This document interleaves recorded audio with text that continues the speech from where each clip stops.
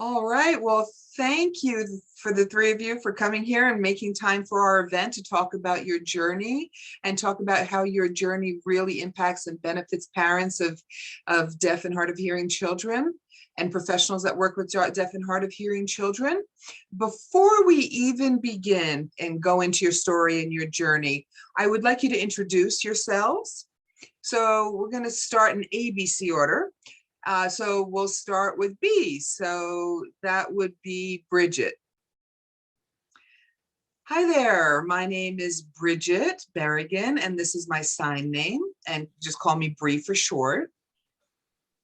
Well, where I'm from, I am from the DC metro area, and I went to 4 different schools for the deaf growing up.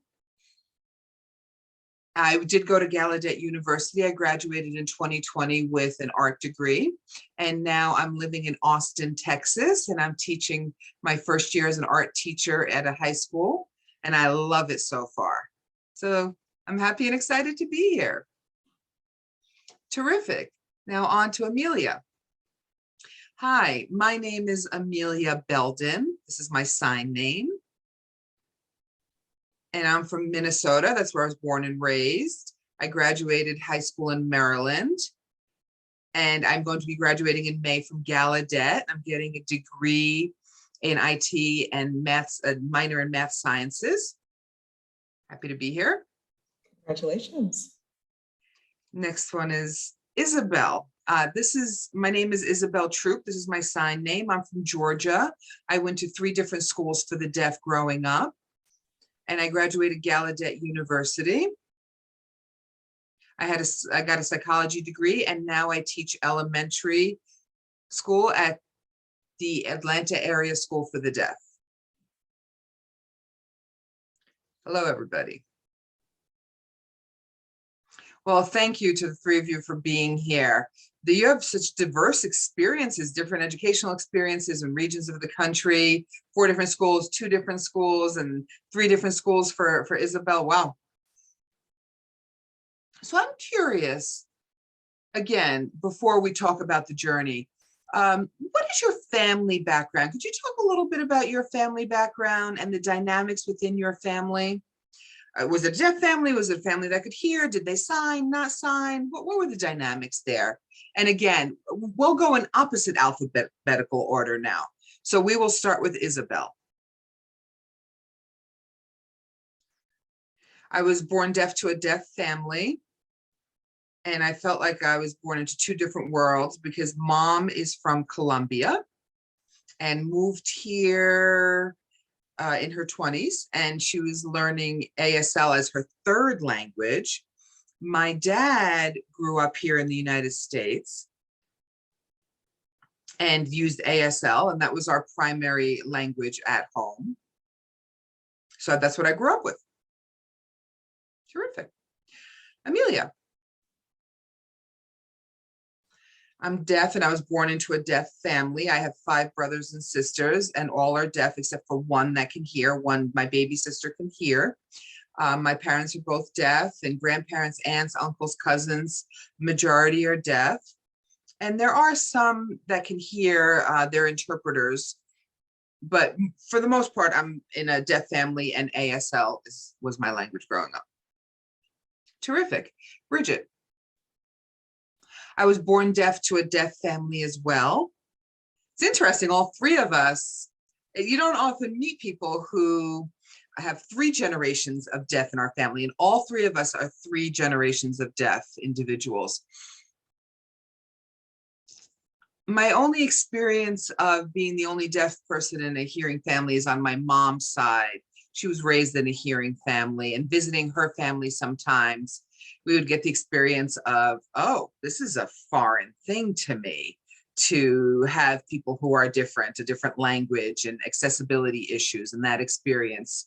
And that was from my mom's side of the family, but did grow up deaf in a deaf family in a school for the deaf. Great. And the last introductory questions. Do you use any hearing technology, or do you lip read? And maybe it's not as important, but a lot of people are curious about those things. Isabelle.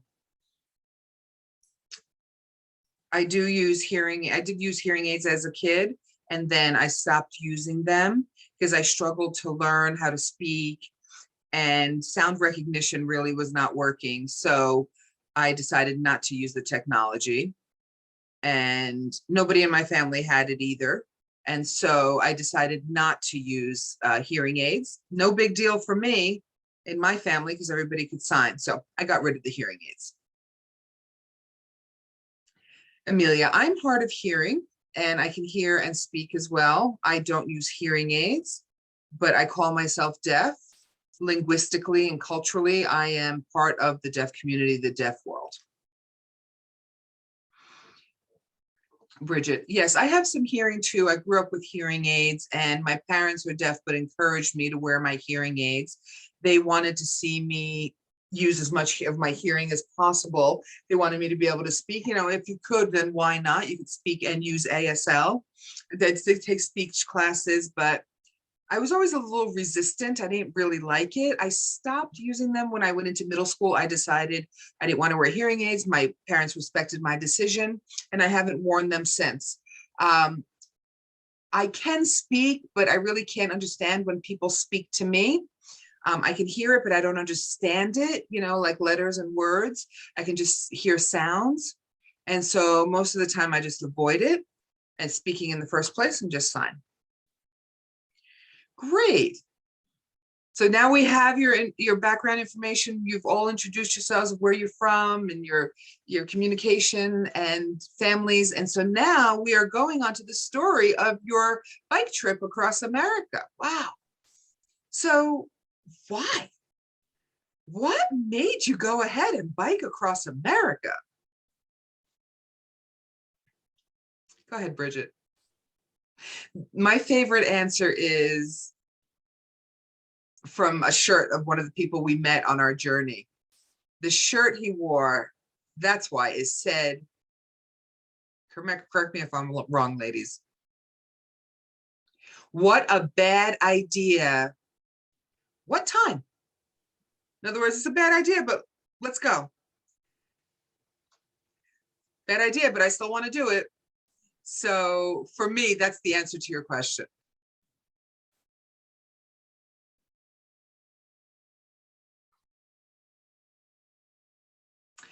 My aunt, she actually biked across America. And growing up, she was telling me stories about it and showing me pictures. And there was an album of all these photos and going through it. And I was at that moment, I was like, you know, biking across America, that was a great idea. And I thought it just was so cool. And, you know, you can have this experience and tell these stories. And after that, I was set on biking across America. I wasn't sure about the logistics of how it would all happen until I met Isabelle and we talked about doing this. And then Bree joined us and we did it last summer. I just wanted to add to that. My uncle also biked across America. And Emilia and I talked about it, that we had family members that had done it and we wanted to go ahead and do it. And then Bree joined us and it was a wonderful experience. Exactly.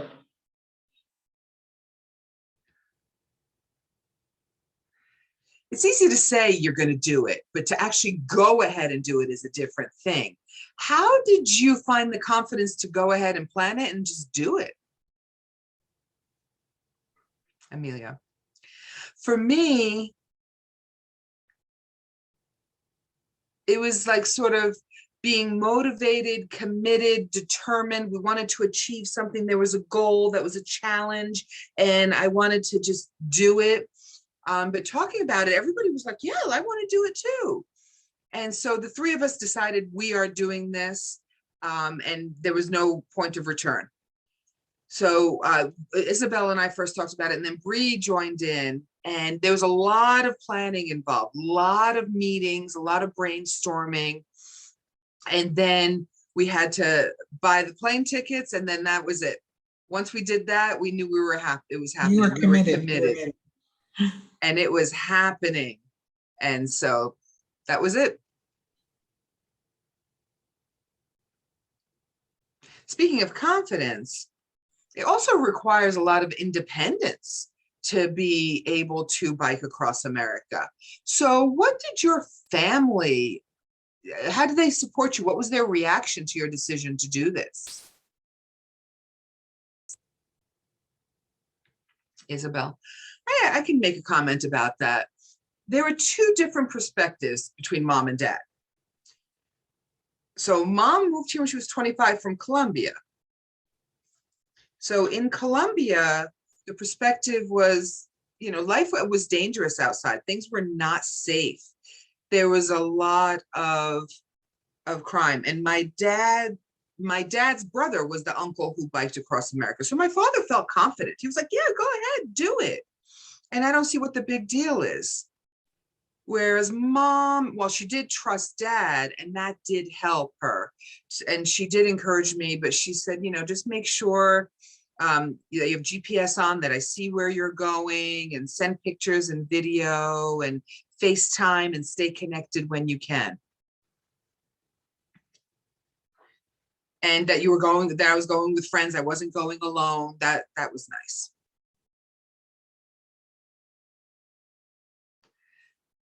For me, my greatest support from my family member who was so excited for me was my grandma. Grandma, that was Aunt's mom, the aunt who did it. And so grandma saw my aunt do it. And at that time, there were no phones and there was no technology to stay in touch. And so she would have to use a payphone to call mom and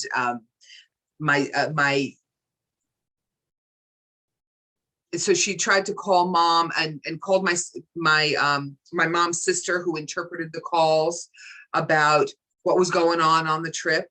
So she had to stop at payphones to make these calls, and my mom's sister would interpret my aunt.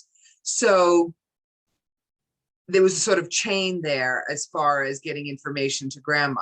So grandma and mom saw that it was a tougher time back then to go across America. It took a week sometimes for them to find a phone and call. But now there are apps and there's technology where you can keep in touch. So my grandma was so excited that she had a map up and she marked the map as to where we were going. It was just so motivational to see that kind of support from my family.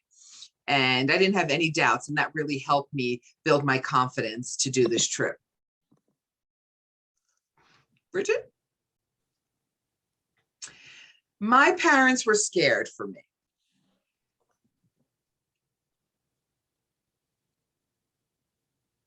I had done dangerous things on that level before. I traveled alone through the country and other things that I had done, and I continued to do it. So my parents already knew. They were like, yeah, you can do that. And I did have support of other people. I wasn't doing it alone. And I think that helped my family, my cousins, my aunts, my uncles. They're adventurous people. And so a lot of people in my family travel and went down the Mississippi River before, and just a lot of different adventurous outdoor things. My family has been involved in sports. And so they lived their life to the fullest. So it wasn't anything new to my family that I would go out like, oh my gosh, my daughter is one of those. No, they were just used to it. But they still were supportive, even though they were scared. They were very proud, and they had no doubt in my abilities and my deafness or anything like that being a threat. So I didn't really have to worry about that part of being deaf. I'm going to switch interpreters.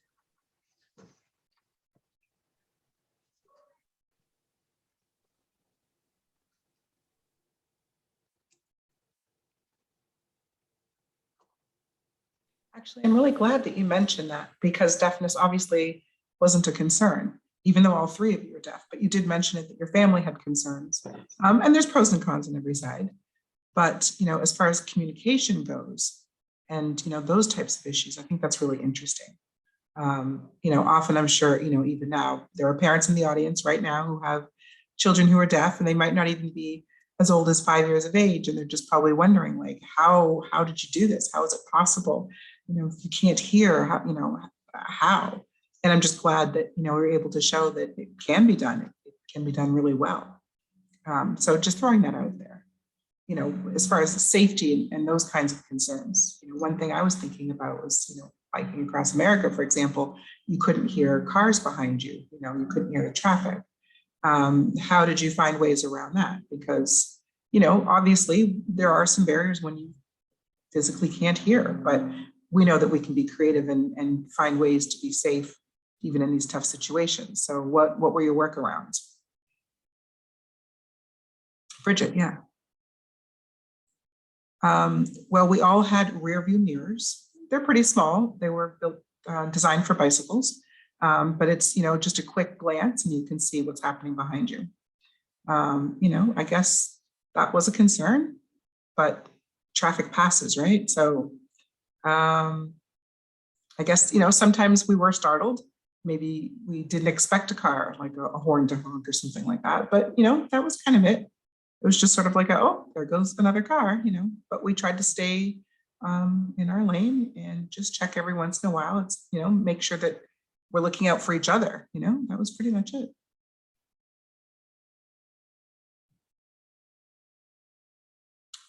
Yeah, go ahead, Amelia. Yeah, so we were, in a group. That really helped. We could look out for each other. Nobody ever left the group, it wasn't that we just wandered off on our own. We all stayed together. And we tried not to put a lot of distance between us, we tried to stay in a pretty tight group. Obviously, the larger the number of cyclists, the easier it is to see. So we constantly were in communication with each other. If somebody needed something, we'd pull over, just make sure that we, adjusted our packs or whatever, and just stayed safe. It's really just that we couldn't hear the traffic. That was the only, way that the deafness sort of snuck in there.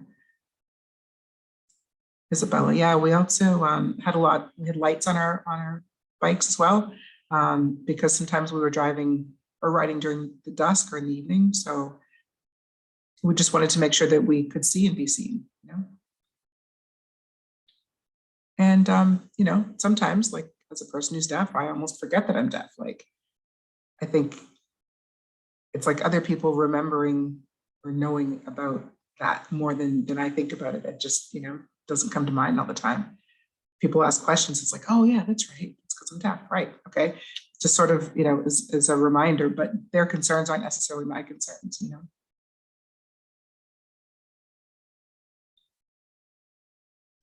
Yes. Okay. So, speaking of that again, being deaf, and in some ways, deafness was actually a positive or a pro, not a con. Like during your journey, how did that sort of play out for you? Emilia, yeah, I was thinking, not often, but there were definitely some times where, people would drive by and they might say something to us. I don't know, positive or negative.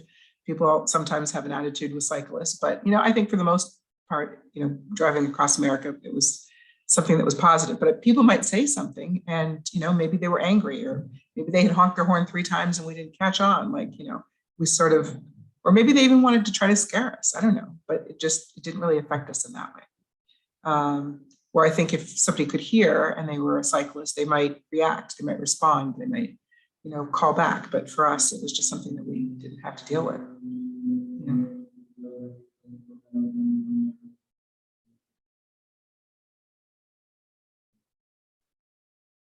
It was very peaceful. It was very quiet. It was just, we could just be in our zone. That was really nice. You remember that, right? Like, maybe just a train passing by or just something very, very quiet. Yeah.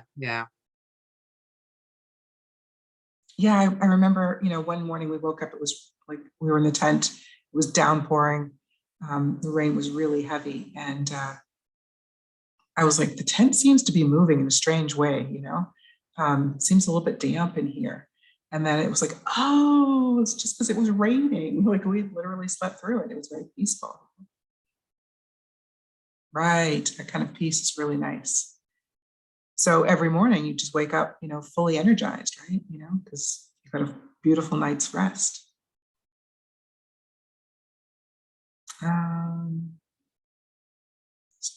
Checking in with my questions.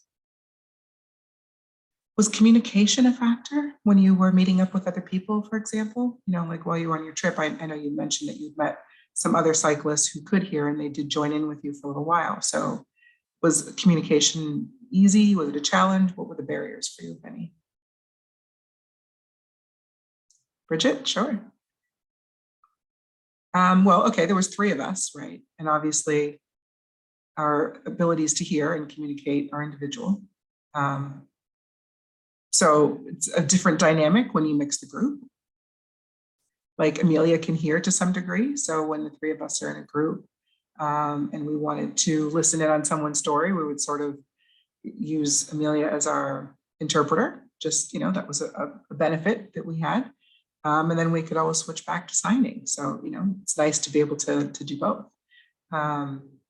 But, you know, Emilia had a life too, like she was doing other things. And so we could always use a phone to text or actually, I remember there was this one time it was a lot of fun because they didn't have a lot of experience, you know, communicating with someone like me before. And they were just really interested and just were creative in finding other ways to communicate, you know. So we just work with that, you know, we enjoyed meeting someone and, you know, just vibing with them, just seeing, you know, what we could learn about each other naturally, you know, that was very interesting. And I think that was interesting for them too, you know.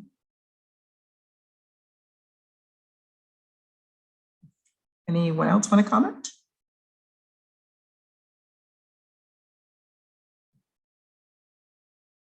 I mean, it's very clear that you all felt pretty confident in yourselves and your identity as people who are deaf, and you know, not that it was a negative experience at all. So actually people could, you know, pick up on that vibe and be really cool with it versus somebody who might be ashamed or try to hide or, you know, try to just sort of blend in and not really enjoy their experience in the same way. So that's, I really want our audience to really get that sense that, you know, this was a good trip for you.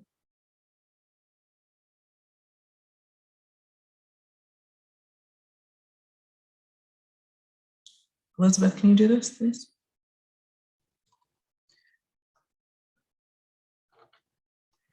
And if you just give us a moment, Emelia, we're going to have Elizabeth interpret.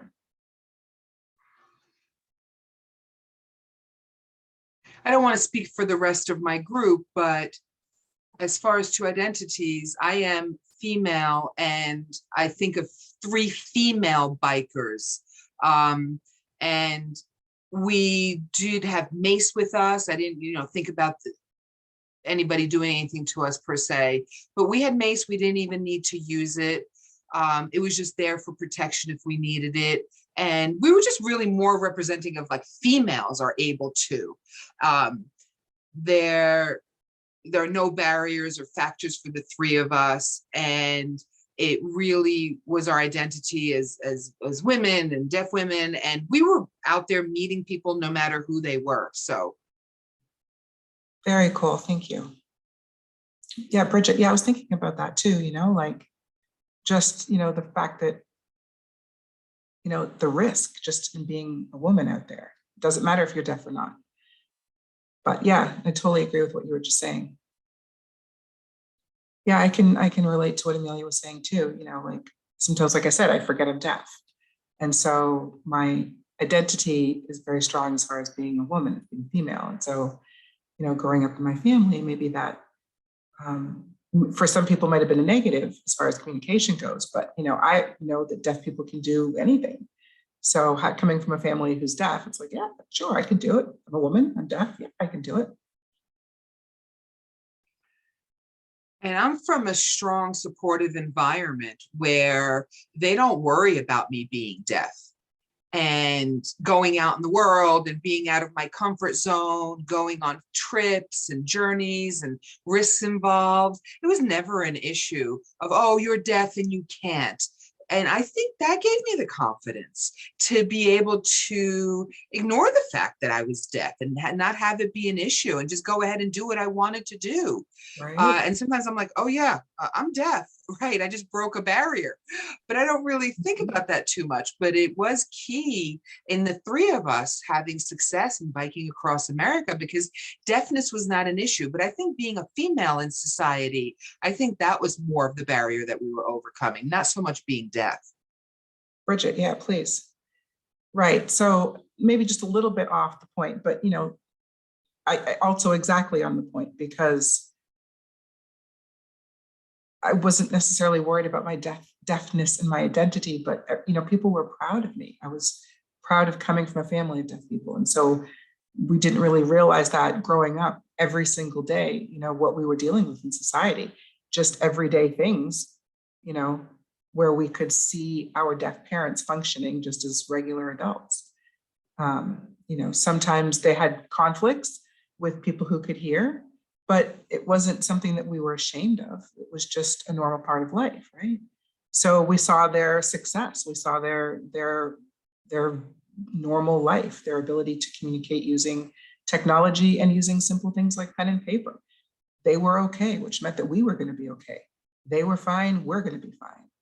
So, maybe if I had parents that could hear and I saw their situation a little differently, maybe I would feel inferior. Maybe I'd feel like, oh, I can't be like them, or I'm never going to be like them and match them, or whatever. My communication is different. I would always feel that. But, perhaps just having the experience that I had, being able to communicate with my parents, it doesn't really matter if somebody's hearing or deaf, but if you can communicate with them, then I think, a child sees that, they're able to see that level of communication and feel like they can fit in. I don't know, just my thoughts.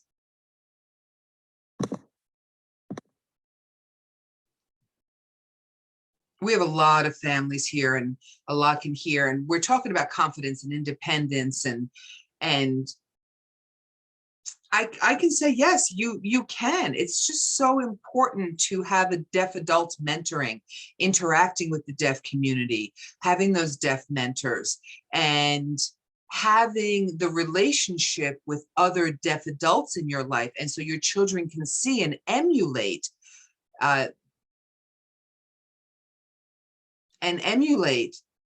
these deaf adults, and that hearing parents can also see what deaf adults have accomplished and are capable of. Deaf parents are a benefit, yes, in many ways, but hearing parents can also do those things.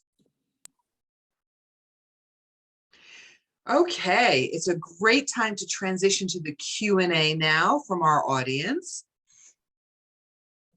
I see that we already have one question in chat from Manda. I'm going to sign the question. Do you plan on taking another trip, maybe from Maine down to Key West? What is next on the horizons after this big achievement?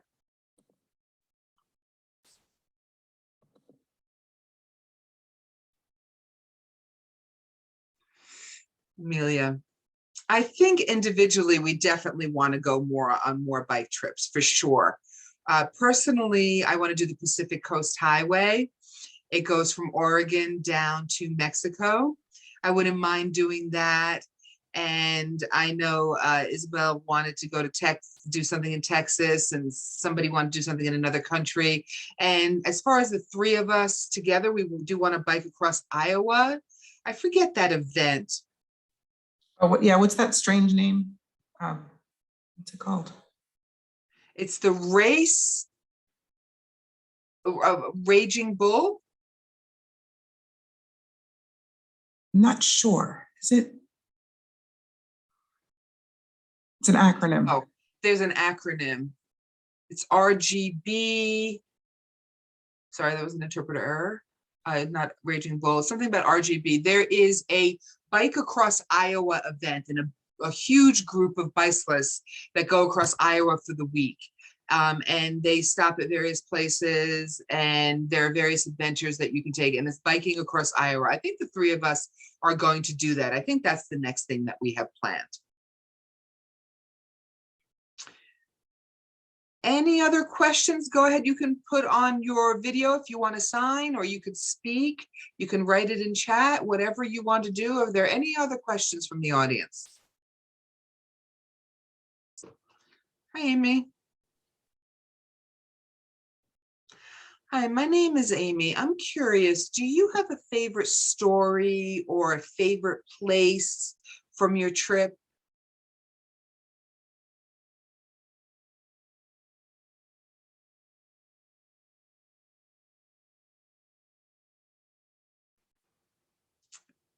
Bridget, go ahead. I feel like that's a tough one. I remember one evening in Oregon, we stopped at a campsite. It was a really small campsite. And we went to go put our things down and get some coffee. And we were just checking out this small campsite. And we came back a few hours, and there was a few hours of daylight. We were cooking from our little kitchenette and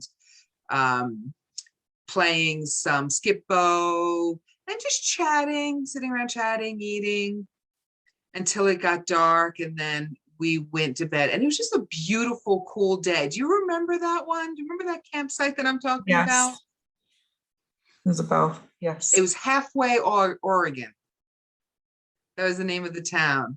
It was just a beautiful downhill ride that day. And it was just so simple, but I cherish that memory of Emilia and Isabelle and I sitting at the picnic table and just chatting. It was lovely. Well, one of my favorite stories is seeing a black bear. Oh, yes, I remember. And that was at the Blue Ridge Parkway. Amelia and Bree had already gone down the hill, and I was taking my time. I don't really like going down hills like that. I don't like going down on neutral. And I saw a black bear, and that was not something that, I expected while I was bicycling. So I stopped, and I saw it cross the road. The cars stopped as well. So the car and I both saw the bear. It was a big black bear going across the road into the forest. So, and then I continued bicycling. Yeah, I wish I'd taken a picture. I was just so shocked to see it. I didn't think of it. Amelia? Oh, no, go No, you ahead. go ahead, Amelia. You go ahead. Can't think of anything. The same day that Isabelle saw a black bear, we don't know if Isabelle actually saw a black bear, though. So that's my argument. No, I'm just kidding. I believe you, Isabelle. So we biked to town, and we stayed in a woman's backyard. She opened her backyard to bicycle tours. And so we stayed there, and we used her shower in the basement. And the woman had a pottery collection in her basement.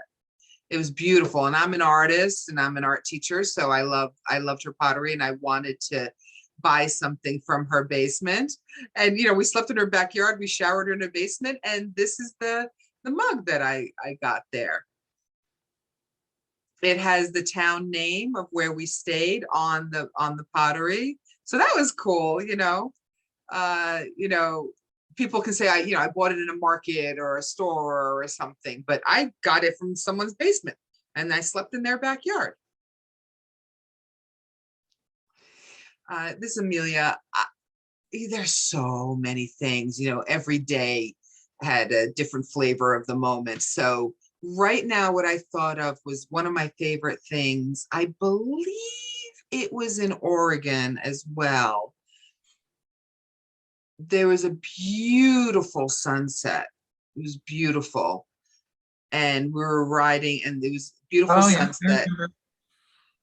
And we went to a campground. It was really cool. There was the sunset.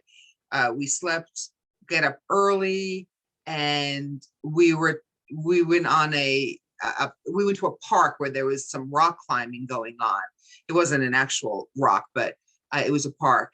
And it was easy for us to climb. And, we sat on top, and we had breakfast, and we were able to see the sun. And it was beautiful. That was a very, very nice memory of having breakfast and looking at the view. And so that was really a nice moment, something nice to reflect back on. Any more questions? Yes. Yeah, I think I did see another question. There's a question from Andrea in chat. It's so neat to know about your adventures. My daughter is 12 and deaf and also partially blind. And she's brave. She wants to walk by herself, take walks by herself. Any suggestions of how to respond? Do you have any balance issues with deafness? Because she does. She has balance issues. So what's your advice?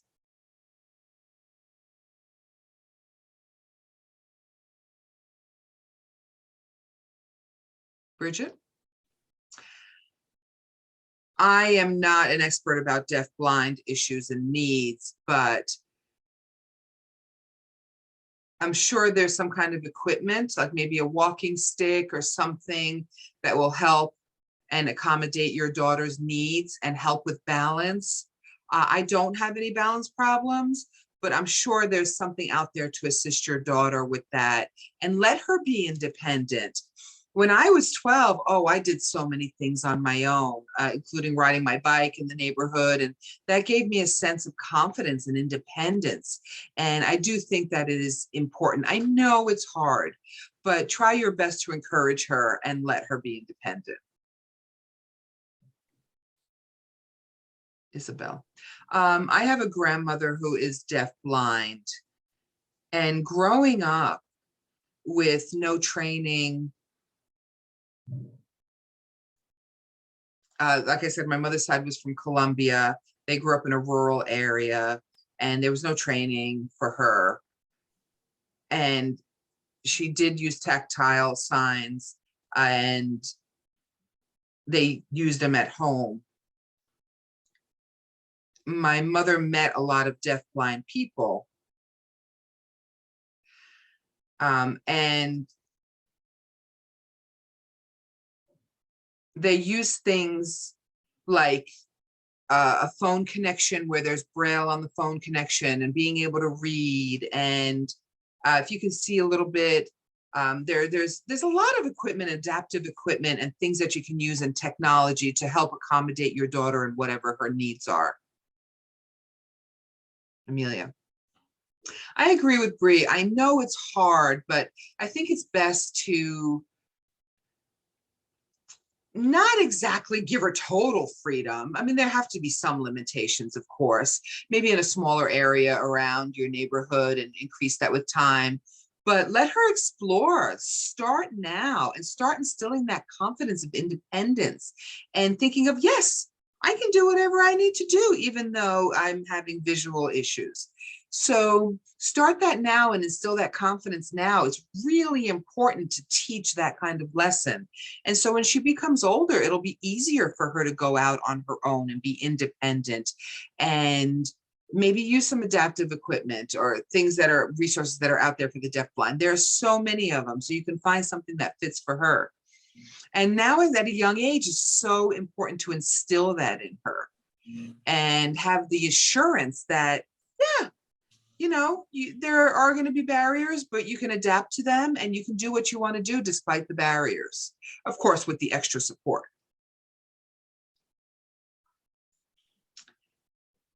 She is learning to use a cane, Mom mentioned. So yes, thank you for that advice. Oh, that's great.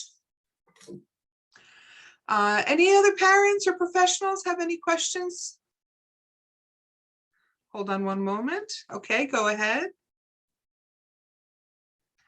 Oh, what a wonderful experience. I actually have 3 questions to ask. The first one is, what surprised you the most during your trip? A positive experience that surprised you. Secondly, how many miles a day did you bike? And my third question, did you have any code while biking? Did you have some kind of code?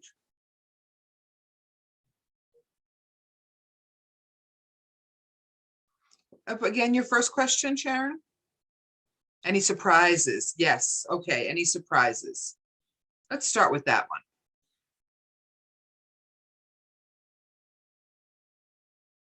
Bridget? One big one for sure is a lot of people who bike across America think the same way. They're shocked as to drive. Some drivers are not nice, but so many drivers are nice. Yeah. Shocked about how many drivers are nice. I mean, there were some that were not, but all the support and admiration, and people were helpful, and with money even, and volunteering. There was so much advice, and so many people who didn't even know us. And it wasn't, well, maybe some of it was because we were female and we were deaf, but really, it was the same experience for everyone who bikes across America. The biking community experienced that from like the locals, and it's really a fabulous experience. So it's that sort of reassured me about humanity. It was really a great experience. The second question, oh, how many miles did you bike a day? On average, 60 to 80. Yeah, did anyone, yeah, was it 60 or 63? I think 63. About 60 to 80, yeah. We started off with small miles because we were just learning what to do and the physical shape that we were in. But once we got into the groove, day upon day, we were able to increase the miles. Some days we did less, some days we did more. Around Kansas, well, we were hardened by the time we got to Kansas, and it was nothing to us. We just biked all day long until we felt like we couldn't, we had to stop. And then when we got to the end, we did, you know, we pushed through to, there was a little decrease in miles, but we did get to the end.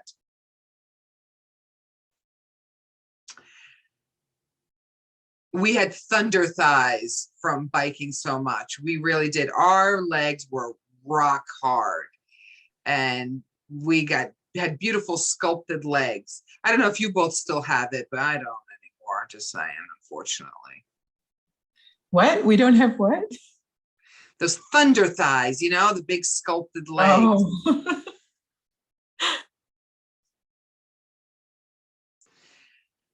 I know you did hit 100 miles in a day a 3 few times, right? Yeah. 3 or 4 times? Yeah. Yeah, I think it was 3 or 4. Mm-hmm. Wow.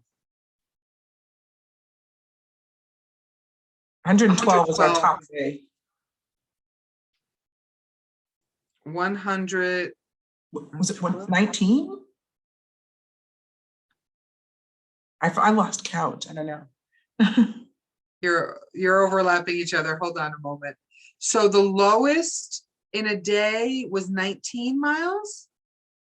I think so. And then 112 was your highest? Wow.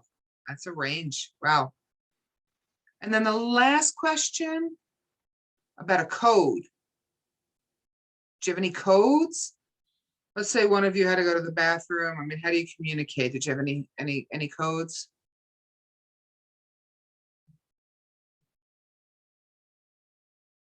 The beginning, we wanted to make sure that we use the bathroom. And then during bicycling, we would just pull over and say, you know, I need to use the bathroom. We need to find a gas station or something like that.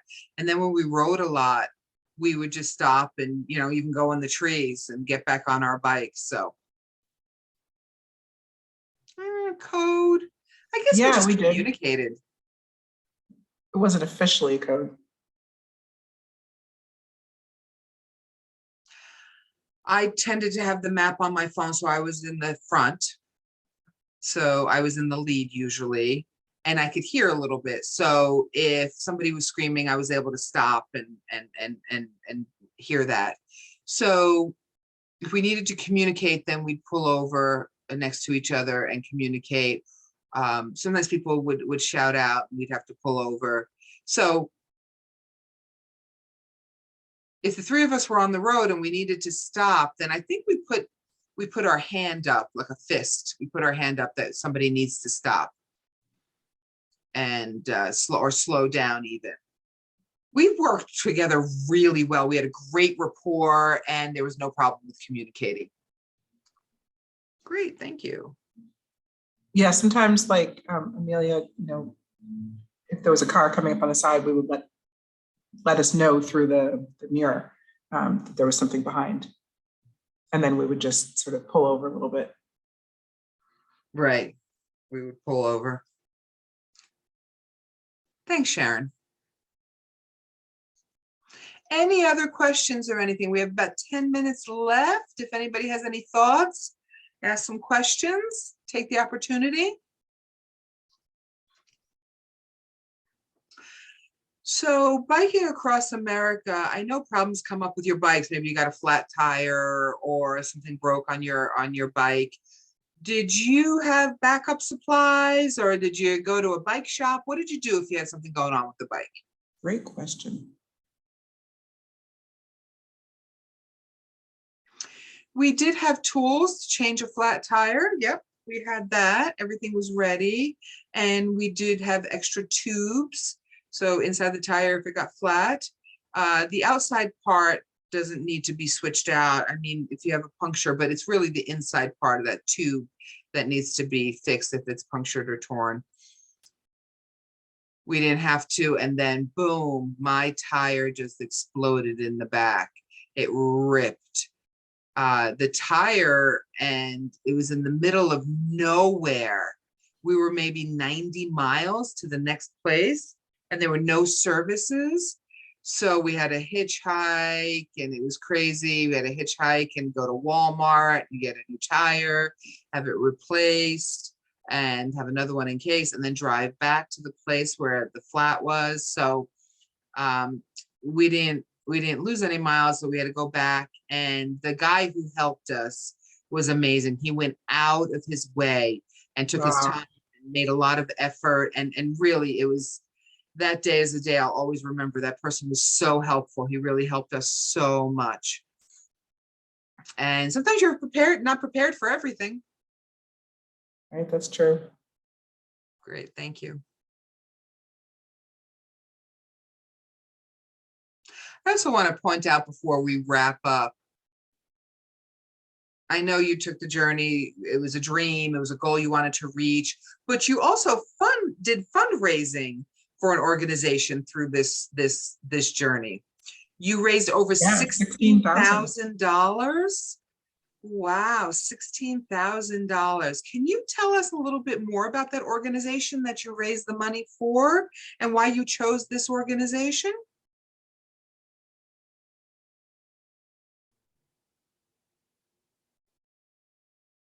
Bridget, why don't you go ahead and say what happened?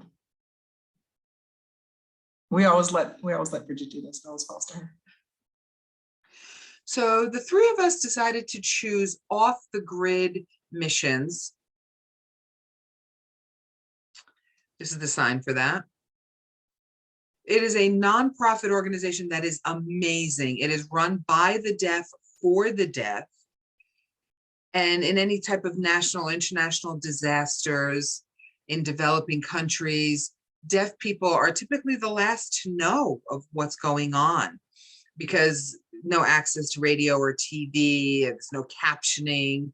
And if the power is out, then you have no access to any information. And so deaf are the last people to know and get help. And so the organization that we fundraise for, they travel to Haiti, to Lebanon, and then Texas with what happened with the snowstorm in Texas, and now with Ukraine, the war in Ukraine, Puerto Rico, Cuba. They have gone to all these places. And it was established in 2002, if I'm not mistaken. And there was a slow build of the organization, but they're a nonprofit, it's deaf run. A lot of the deaf community are aware of who Off the Grid is. It's also And female it run. is, Women are it running. is female run. Yes, it is. So we partnered with them and we're so happy we chose them.